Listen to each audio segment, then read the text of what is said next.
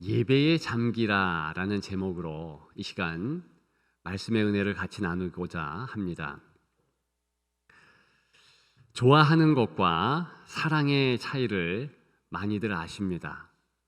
좋아하는 것은 자동으로 그렇게 되는 것입니다. 감정이기 때문이지요. 어떤 사람이나 어떤 것에 매력을 느끼고 끌리는 것입니다. 오토매틱이지요. 반면에 사랑은 자동으로 되는 것이 아닙니다. 때로는 감정을 초월해야 가능합니다. 억누르기도 해야 한다는 것이지요. 우리가 잘 아는 고린도 13장의 사랑장, 사랑의 15가지 모습이 빼곡히 채워져 있습니다. 그런데 그 시작이 뭡니까? 사랑은 오래 참고 참아야 한다는 겁니다. 그리고 마지막 모습도 우리가 생각해 봐야 하는데 모든 것을 견딘다 합니다. 참고 시작한 사랑, 견디면서 끝내야 한다는 겁니다. 그러니 얼마나 사랑하기가 쉽지 않겠습니까? 저는 이 시간에 여러분들에게 질문하고 싶어요. 여러분들은 과연 예배를 사랑하십니까? 좋아하십니까? 마치 제가 사랑하도록 그렇게 종용하는 것 같지요? 그렇지 않습니다. 사실은 예배만큼은 사랑보다도 좋아해야 한다는 것이지요. 예배의 매력을 느끼고 예배를 생각하면 환한 웃음이 지어지고 그래야 한다는 것입니다. 적어도 예배만큼은 사랑을 넘어 좋아해야 한다는 것입니다. 이유가 있습니다. 오늘 본문 때문입니다. 오늘 본문을 보십시오. 이 지상 예배들의 모든 기준점이 되고 우리가 드리는 이 예배에도 모범이 되는 그 예배입니다. 천상의 예배고요, 하나님 나라의 예배입니다. 원형의 예배. 본문을 쭉 보면 사실 1절부터 11절 요한계시록 4장의 말씀을 다 읽고 싶었지만 가장 끝부분 9절부터 11절만 읽었습니다. 그런데 하나하나 따지며 보면 예배를 받으시는 하나님께서 계셔요.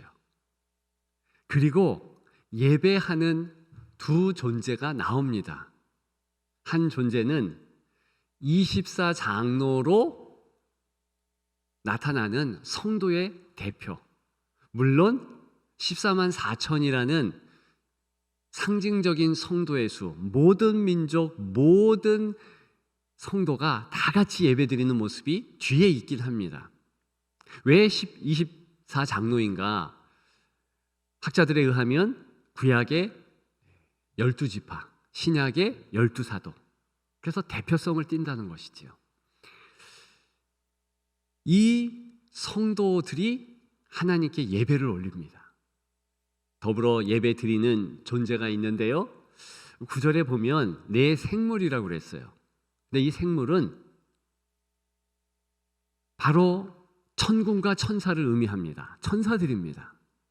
이사야 6장에는 스랍들이라고 이야기합니다만 에스겔에는 천사를 이제 오늘 본문처럼 내 생물이라 그렇게 이야기했고요. 그 전통에 따라서 에스겔의 그 견해에 따라서 오늘 본문도 다양한 천사의 모습을 내 생물이라 이렇게 기록하고 있는 것입니다. 그런데 예배를 드리는 이들의 모습을 보면은요, 시작과 끝이 보여지지 않을 정도로 계속 예배를 드립니다. 만일 좋아해서 드리지 않는다면 내가 예배를 꼭 드려야 해, 참아야 해, 왜? 하나님이 기뻐하시니까, 이런 생각을 조금이라도 가지고 예배를 드린다 하면 지금 하나님 나라의 예배잖아요. 천국이잖아요. 하나님 나라가, 천국이 기쁨의 장소가 되겠습니까? 너무 힘들고 너무 어려운 그런 예배의 시간 아니겠습니까? 그렇기 때문에 이 천상의 예배는요, 오래 드려도 기쁘고 계속 드려도 감사하고 언제나 충만함, 뿜어져 나오는 그 하나님을 향한 그 기쁨이 계속 샘솟듯 하는 것입니다. 성도들도 그런 것이죠. 혹자는 특히 젊은 층에서 이런 모습을 보면서 천국에 대하여 실망감을 감추지 않습니다. 아니, 천국 가서 항상 예배드리고 쉬지 않고 예배드리고 범사에 예배만 드리면 얼마나 단순하고 지루하고 심지어는 짜증나겠느냐. 천국 지루해서 안 갔으면 좋겠다, 이런 말도 합니다. 여러분, 그런데 우리가 먼저 마음에 새길 것은 우리의 본성이 바뀔 천국입니다. 원래 가지고 있었던 하나님을 향한 그 사모함, 그 사랑, 그것이 그대로 이루어진 곳이에요. 좋아하는 이들과 계속 있으면 함께함이 기쁨이지요. 감격이지요. 보라, 새 것이 되었도다. 우리의 본성이 이제는 새 표점이 되어서 완전 바뀐 것입니다. 그렇기 때문에 정말 기쁘고 정말 즐겁기 따름이고 계속 감격과 감사, 좋아하는 이런 예배라는 것입니다. 자, 그렇다면 문제는 지금 우리가 드리는 예배입니다. 과연 우리는 예배를 사랑할까요? 좋아할까요? 우리는 죄된 본성을 가지고 있고 뭔가 색다른 것을 원하는 그런 마음이 있으므로 반복되는 예배가 싫을 수도 있지 않을까요? 그래서 누구는 하나님이 예배가 중요하다 했으니, 예배의 장소는 복의 시간이라고 했으니 예배 잘 드리게 하옵소서, 참으면서 힘들면서 그렇게 예배 드릴 수도 있습니다. 근데요, 오늘 본문과 또 구약의 여러 본문들이 이렇게 자리하면서 우리에게 주는 교훈은요, 그럼에도 불구하고 예배가 즐겁고 기쁘고 정말 복되도록, 그 시간이 매력적이어서 그냥 좋아하는 시간이 되도록 바꾸라는 것입니다. 그게 가능할까요? 가능합니다. 비결이 있습니다. 그 첫째는요, 먼저 하나님 임재를 자주 느끼면 됩니다. 오늘 본문 다시 한번 보게 되면 그 생물들, 9절입니다. 즉 천사들이 여기 보여주고 있는데요, 다양한 모습이므로 사람 눈에 비칠 때 천사가 이렇게 신비한 영적 존재로 부각이 되고 있는 모습입니다. 그런데 오늘 제가 나누고 싶은 내용은요, 6절과 8절에 반복적으로 쓰여 있는 내용인데요, 눈들이 가득하다라고 기록하고 있습니다. 8절에도 그 안과 주위에는 눈들이 가득하더라. 신비롭고 이상한 그런 모습, 그것을 이 시간에 다 나누지는 않겠습니다만 그 모습 가운데 눈들이 많대요. 이것을 학자들은 이 눈들을 통해서 세상의 지식과 천상의 지식, 지혜들을 다 습득하고 보았으니까 이것이 영적 존재로서 지식과 지혜가 가득 찬 모습이다. 하나님을 섬기는 천사의 모습이 바로 이렇다, 이렇게 설명들을 합니다. 맞습니다. 그런데 바로 그 모습 앞에 기억해야 할 것이 있어요. 오늘 본문에 의하면 이 천사들의 가득한 눈들은요, 한 존재를 주목하고 있으니 바로 하나님이십니다. 예배를 받으시는 보좌 중앙에 앉아 계신 하나님 아버지이시지요. 이런 천사의 모습과 마찬가지로 사람이라 할지라도 예배자는 집중해서 하나님 아버지의 임재에 마음을 둘 필요가 있습니다. 이 천사들은요, 그저 예배 시간만 이런 모습을 보인 것이 아니라 언제든지 어디에 있든지 항상 하나님 아버지를 앙망합니다. 하나님을 주목합니다. 우리가 예배 시간에는 하나님을 주목하기 당연하죠. 주목하는 것이 당연하죠. 저도 오늘 예배 드리면서 예배 전에 기도했습니다. 항상 기도하는 기도의 제목이 있습니다. 일전에도 말씀드린 적이 있는 것 같은데요. 저는 설교자로서 하나님, 설교 시간에 성령께서 앞서 나가 주셔서 말씀해 주지 않으면 저는 죽어도 좋습니다. 그런 고백을 합니다. 원래 제 기도가 아니라 그렇게 기도했던 위대한 설교자들이 있었기에 그 본 따라서 좋아 보여서 기도합니다.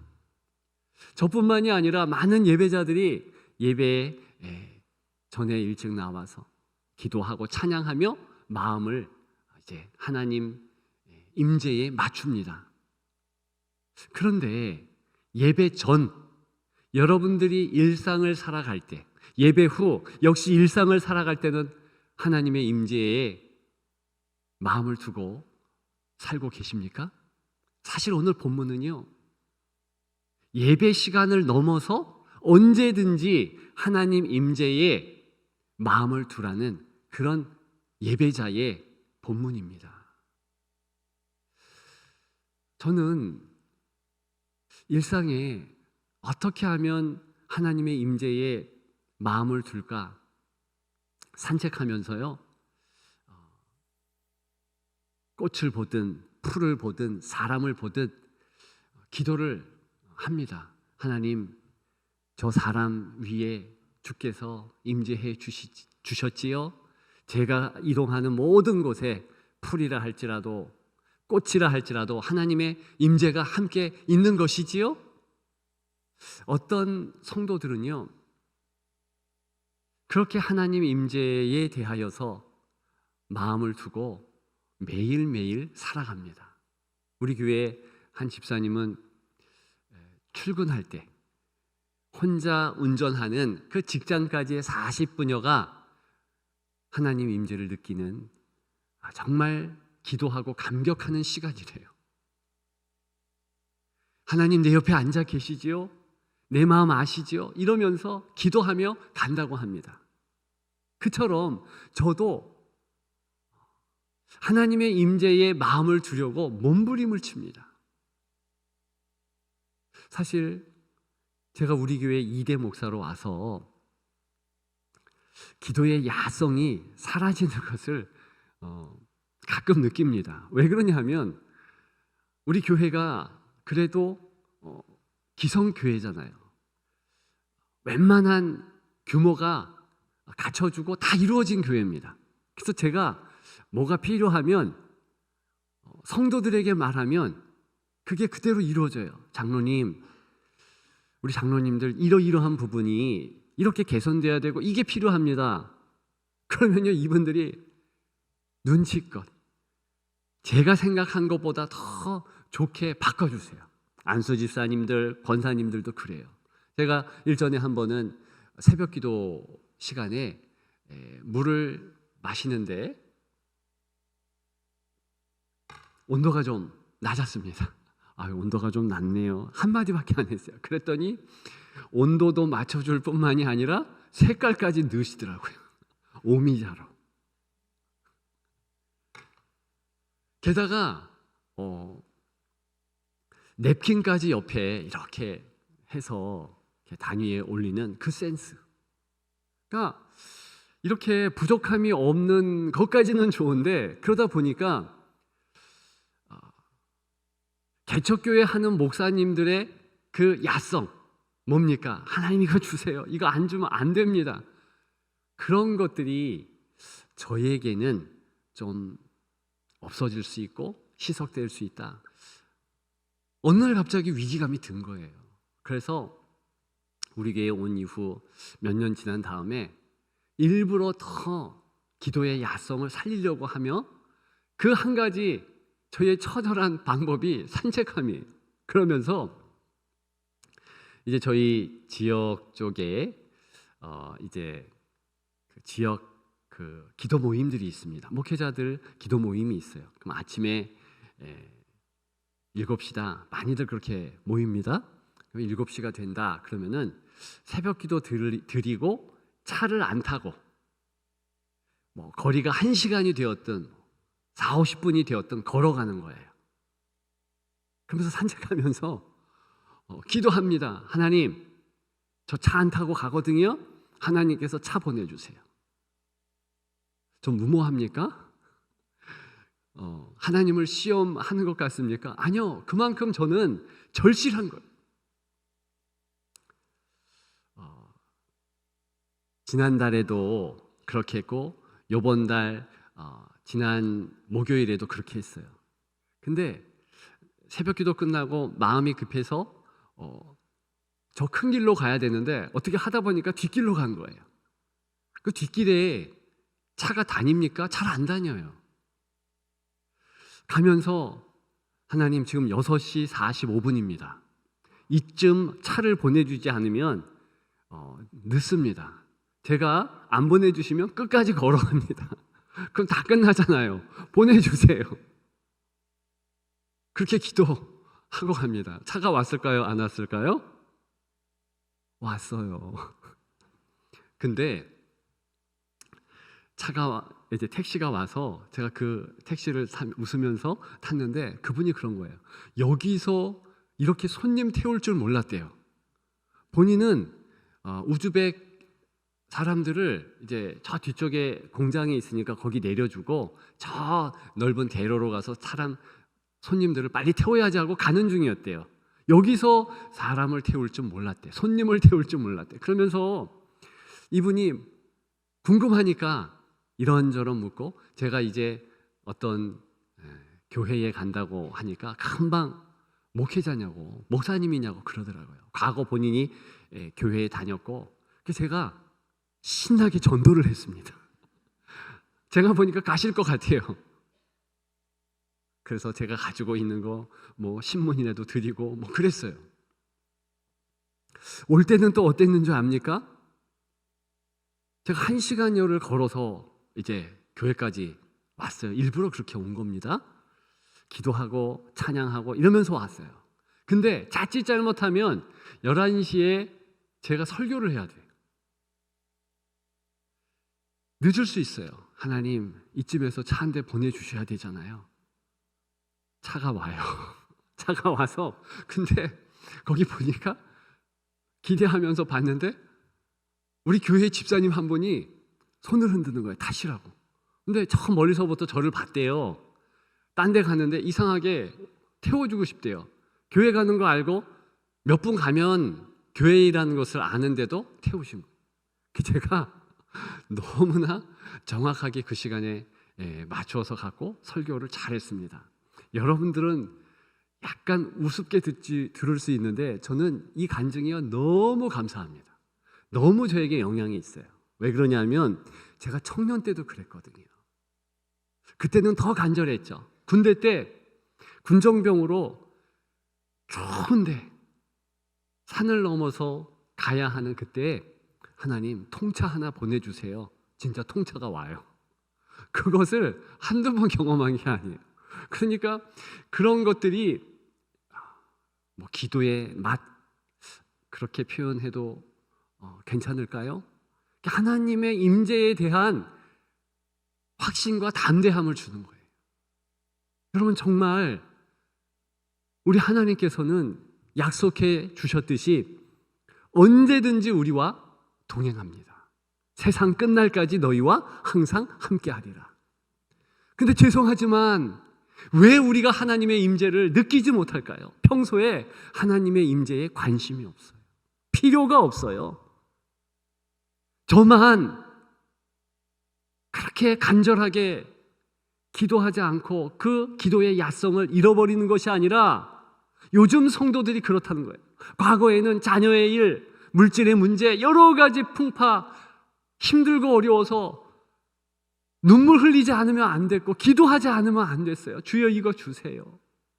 하나님이 함께하는 그것을 알게 도와주세요. 기도했는데 지금은 필요가 없어. 왜? 두 손에 필요한 거 다 하나님이 주셨으니까. 물질도 있는 대로 있지요. 아이들도 웬만큼 성장했지요. 그러니까 그렇게 간절한 기도가 없고 하나님이 나와 함께 하신다는 그 하나님 임재에 대한 갈구가 없는 거예요. 사슴이 시냇물을 찾아 갈급한 같이 주님을 찾는 그 모습이 없어지는 겁니다. 평소에 그런데 예배 때 당연하죠. 예배가 즐겁겠습니까? 그저 예배를 사랑하려고 이를 악물죠. 근데 예배는 그런 게 아니에요. 정말 예배는 내 마음에서 예배를 향하여서 매력을 느끼고 이끌리듯이 예배 드려야 한다는 것입니다. 오늘 두 번째, 정말 즐거운 예배. 우리가 좋아하는 예배 되기 위해서 행해야 할 일, 그게 있다는 것입니다. 반복해서 찬양하는 것입니다. 영적 존재, 천군 천사가 먼저 하나님을 찬양합니다. 그것이 8절에 나와요. 새 억구를 반복합니다. 거룩하다, 거룩하다, 거룩하다. 이게 찬양이에요. 근데 이 모습이요, 이사야에도 나오고 에스겔에도 나옵니다. 거룩하다, 거룩하다, 거룩하다. 하나님의 그 아름다운 모습을 보면서 계속 이 반복 억구를 되뇌는 것입니다. 이게 찬양이에요. 특별한 그런 억구로 찬양하는 것이 아니라 하나님께 가장 어울릴 말, 거룩하신 하나님, 정말 구별되시고 피조물과 다르게 모든 영광 받기에 합당하신 하나님, 이게 가사 내용이 답니다. 근데 이 억구를 반복하면 반복할수록 이 천군 천사와 24 장로와 모든 성도가 하나님의 그 영광에 잠기게 된다는 겁니다. 엄청난 은혜 안에 든다는 겁니다. 모든 예배에는 찬양이 있습니다. 찬양은 특권이에요. 여러분, 그런데 찬양의 내용들을 보십시오. 어떤 찬양이든 하나님께 영광을 돌리고 하나님 거룩하시다, 이런 내용 일색입니다. 그런데 100년 전 성도들, 200년 전 성도들 똑같은 찬양을 동일하게 불렀는데 그 반복되는 찬양을 부르면 부를수록 감사가 넘치고 기쁨이 있고 감격이 넘치더래요. 저에게 한 성도가 간증했습니다. 당신의 애창 찬양이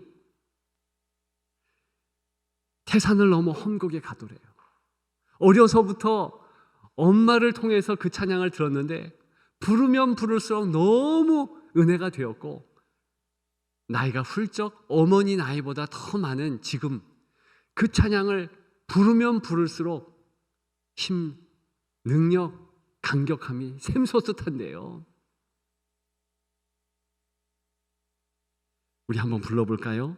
태산을 넘어 험곡에 가도 빛가운데로 걸어가 주께서 항상 지키시기로 약속한 말씀 변치 않네. 하늘의 영광, 하늘의 영광, 나의 맘속에 차고도 넘쳐 할렐루야를 힘차게 불러 영원히 주를 찬양하리.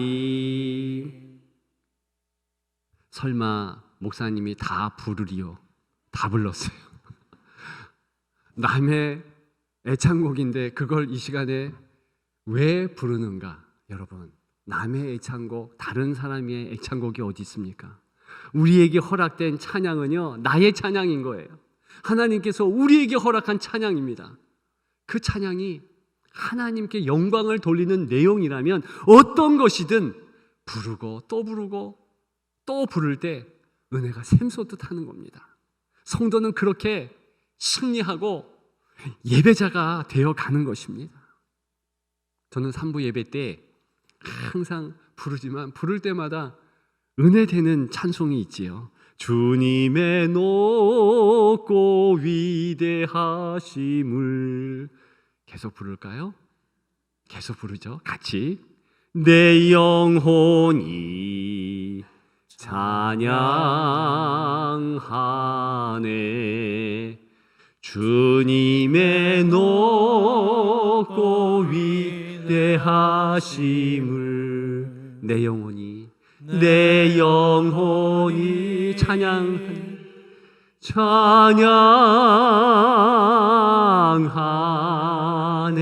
찬양하네. 화음도 3번은 불러주시네. 여러분, 저는요 이 찬양이 제 마지막 이 땅에서의 찬양이 되었으면 좋겠어요. 여러 번 말씀드렸지만 하나님께서 이 땅을 만드시고 이 땅 피조물들을 조성하실 때 찬양하도록 만드셨어요. 왜 사람들을 만드셨다고 성경은 이야기합니까? 이사야 44장 21절이죠. 찬송하게 하려 하심이라 그랬어요. 그래서 모든 만물은 다 하나님께 찬양하는데 나도 피조물로서 하나님을 찬양하면 얼마나 좋으리요. 이 땅을 떠나는 날까지도 하나님 찬양하면 좋겠습니다. 그래서 저는 이 찬양을 특별히 좋아하고 마지막 시간 이 땅 떠나는 주님이 그 전에 재림하지 않으면 이 땅 떠나는 마지막 날까지도 순간까지도 이 찬양 하겠습니다. 그래서 항상 이 찬양은 불러요. 여러분, 저만 그래야 되겠습니까? 여러분들이 다 그런 줄 압니다. 좀 더 우리가 부르는 이 찬양을 마음에 새기면서 내가 이제 더 찬양하리라 다짐하십시다. 혹시 인생 찬양 애창곡이 있지 않다면 이번 기회에 빨리 가지세요. 없다 하면 주님의 높고 위대하심을, 네, 제가 부른 이 찬양과 더불어서 그렇게 찬양하시면서 사십시오. 정말 성도에게 놀라운 역사가 일어납니다. 찬양할 때 일어나고요, 예배할 때 일어납니다. 그런 여러분들 되시기를 주님의 이름으로 축복합니다. 마지막 세 번째로 예배의 횟수를 늘리십시오. 오늘 본문을 다시 한번 상기해 보십시다. 밤낮 예배드려요. 그죠? 그들이 밤낮 쉬지 않고 이르기를 했으니까. 그리고 언제 끝날지도 몰라요. 계속 예배 드립니다. 말씀드렸습니다. 본성이 바뀌었기에 이렇게 기쁨으로 할 수 있겠습니다. 그러나 이 땅에서도 가능해요. 그리고 그렇게 되기를 소망하고 교훈하기 때문에 오늘 본문이 여기 자리한 것입니다. 제가 지난 주간에 시간들을 지내면서 만나는 분들에게 또 예배 시간마다 설교 때 질문했어요. 뭘 질문했느냐면, 자, 예배는 양이 중요합니까? 질이 중요합니까? 예배의 횟수가 중요합니까? 예배의 질이 중요합니까? 답은 뭐죠? 예배의 양이에요, 양. 질이 아니에요, 양이에요. 어느 정도 예배의 양을 맞춰서 하나님 앞에 올려드려야지 예배의 질이 따라오는 겁니다. 아브라함이 있습니다. 내가 너를 믿음의 조상 만들게, 복의 근원, 복이 되게 할게, 내가 지시한 땅으로 가라. 자신의 고향 갈대아우로 떠났잖아요. 바단 아람 거쳐서 가나안 땅에 정착합니다. 그러면서요, 그가 하나님이 원하시는 예배자가 됩니다. 그래서요, 창세기 11장 8절, 창세기 13장 4절, 13장 18절에 제단을 세웠다, 이런 어구가 반복적으로 나옵니다. 이 예배자가 되었다는 거거든요. 그런데 연속해서 한 어구가 또 나와요. 그것은 여호와의 이름을 불렀더라. 무슨 뜻인지 아십니까? 그저 여호와의 이름을 불렀다는 거예요. 지금으로 말하면 그냥 주여, 이 예배 주님이 받으시는 줄 압니다, 이런, 어떻게 보면 초신자 수준, 그 정도의 예배자가 되었다는 것이고, 높은 수준의 질 높은 예배 드린 것은 아니었다, 그런 뜻이에요. 왜 그러냐 하면, 여러분, 예배 아브라함이 드렸을 때요, 뭘 하나님 앞에 드렸는가? 가인과 아벨은 뭘 드렸는지 나오잖아요. 양도 드렸고 곡식도 드렸고 그랬잖아요. 근데 아브라함은 뭘 드렸는지 모릅니다. 어떻게 드렸는지도 몰라요. 몇 시간이나 집중해서 드렸는지도 나오지 않습니다. 다만 이 예배를 하나님이 받으신다, 그렇게 그저 주여 한번 부르고 여호와 이름 부르며 예배 드렸다는 거예요. 초신자 수준. 하나님이 그런데 흠양하셨다는 거예요. 계속 그 모습으로 예배 횟수를 채우고 예배의 양을 맞추고, 그렇게 그는 성도 예배자가 되어졌더라는 겁니다. 놀라운 것은요, 그의 아들 이삭은 또 어떨까요? 이제 2대 예수 믿게 되어 하나님을 섬기게 되어 더 질 높은 예배를 드렸을까요? 죄송하지만 창세기 26장 25절에 의하면 제단 쌓았고 여호와의 이름을 불렀더라 그래요. 더 진전이 없다는 거예요. 아버지처럼 딱 그 수준, 초신자 수준. 다만 내 예배를 하나님이 받으신다라는 것만 알고 주여 흠양하옵소서, 이렇게 예배 드렸다는 것입니다. 3대째가 되었어요. 그의 아들 야곱입니다. 여러 번 예배를 드려요. 그런데요, 이 예배가 그저 슬렁슬렁 기록됩니다. 베델에서 예배드리고 바단 아람에서 예배드리고 약복강에서 예배드리고 다시 베델에 돌아가서 엘베델이라는 이름으로 예배를 드리는 예배자인 건 맞는데 구체적인 모습이 없다는 것입니다. 다만 예배드렸다. 뭘 얘기합니까? 하나님은 몇 번, 얼만큼 여기에 더 관심이 있는 거예요. 이유가 있어요, 이유가. 심지어는 출애굽해서 5대 제사를 비롯해서 너희 이렇게 예배드려라, 레위기를 주시고 출애굽기 20장부터 많은 예배의 방법들을 주셨는데도 불구하고 그 포커스는 예배의 질이 아니에요. 예배의 양입니다. 아침에 예배, 저녁에 예배, 언제 예배, 양이에요, 양. 왜 그런지 아십니까? 나중에는요, 예수 그리스도를 통해서 완전히 항상 예배드리는 예배자가 되기를 소망하셨기 때문에. 하나님의 비전이 뭐라고 그랬습니까? 사람과 동행하는 것이 하나님의 비전이에요. 우리의 비전은 다른 색깔일 수 있고 다른 목적을 취할 수 있지만 하나님의 비전은 올곧게 그겁니다. 우리와 동행한다. 그래서 예수 그리스도 우리에게 주신 거 아니겠습니까? 그래서 예수님 때문에 우리가 교회 자체가 되는 것이고 예배자 자체가 되는 것이어서 언제 어디서든 전천후로 하나님의 이름을 부르고 또 하나님을 향하여서 찬양을 올릴 때 언제든지 어디서든지 그 예배 받으신다는 겁니다. 이게 바로 하나님이 우리를 향한 가지신 계획이셨고 섭리이셨어요. 얼만큼 우리가 하나님 앞에 예배 드리기를 소망하는지요. 코로나 전에는 여러분들이 그래도 예배를 잘 드리셨을 수 있습니다. 그런데 코로나를 지나면서 어쩔 수 없이 혼자 예배 드렸고 어쩔 수 없이 각 가정에서 예배 드리다 보니까 우리의 예배의 모습이 흐트러졌어요. 하나님께서 왜 모이기를 힘쓰라, 모여서 예배하라 하신 줄 압니까? 그게 진짜 예배다운 예배니까 그렇습니다. 혼자 예배 드린 것을 생각해 보세요. 저도 그렇더라고요. 예배 받으시는 분이 하나님이신데 내가 마치 예배의 중심인 것처럼 행동합니다. 옷차림도 나 편한 대로 입고요. 시간도요. 이렇게 듣다가 지루하면 다른 생각해도 되고요.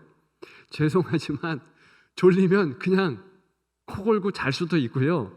적어도 모였을 때 우리가 코는 골지 못하잖아요. 졸음은 좀 졸아도 왜 옆에서 찌르잖아요. 혼날 수도 있잖아요. 여러분, 이게 하나님 앞에 예배드리는 예배자의 모습이에요. 정말 천상 예배도 좋아서 드리는 건 맞지만 집중해서 감격해서 그렇게 예배 드렸죠. 그런데 우리가 이 사단의 괴계에 의해서 코로나를 지나면서 이게 흐트러진 거예요. 코로나 전에 일주일에 2번, 3번 예배 드린 분은 딱 예배 횟수를 1번, 2번 더 늘리십시오. 그래야지 회복되는 거예요. 여러분, 죄송하지만 예배 횟수가요, 내 신앙의 수준이에요. 제가 성경을 연구하면서 이 부정할 수 없는 사실 앞에 저도 회개했습니다. 하나님이 쓰신 인물들을 다 보세요. 다윗, 사무엘, 이사야, 예레미야, 신약의 요한, 베드로, 누구라 할지라도 다 예배 횟수를 보십시오. 입이 쩍 벌러집니다. 하나님의 예배의 자리에 있으면은요,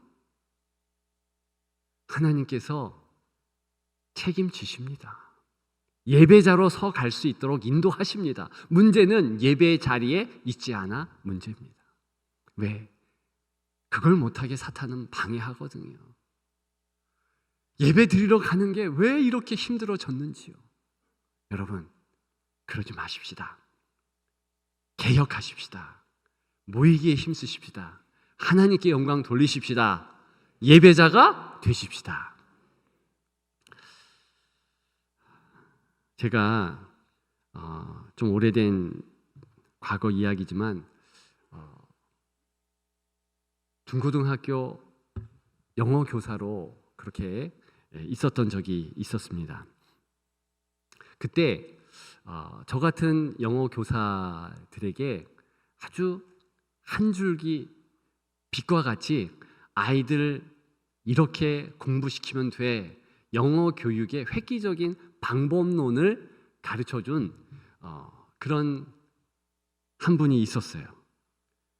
하강호 교수라고 미국 뉴욕 주립대 이제 영어 교육과의 주임 교수입니다. 근데 미국의 토종 한국 사람이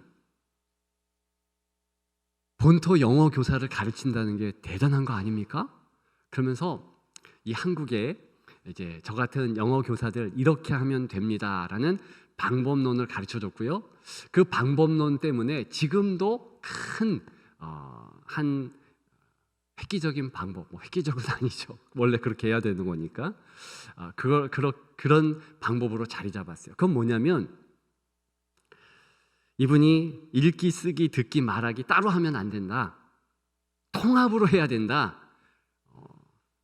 완전 몰입할 수 있는 환경을 줘야 한다 하면서 이분이 책을 이제 썼고 그 책이 굉장히 히트를 쳤어요.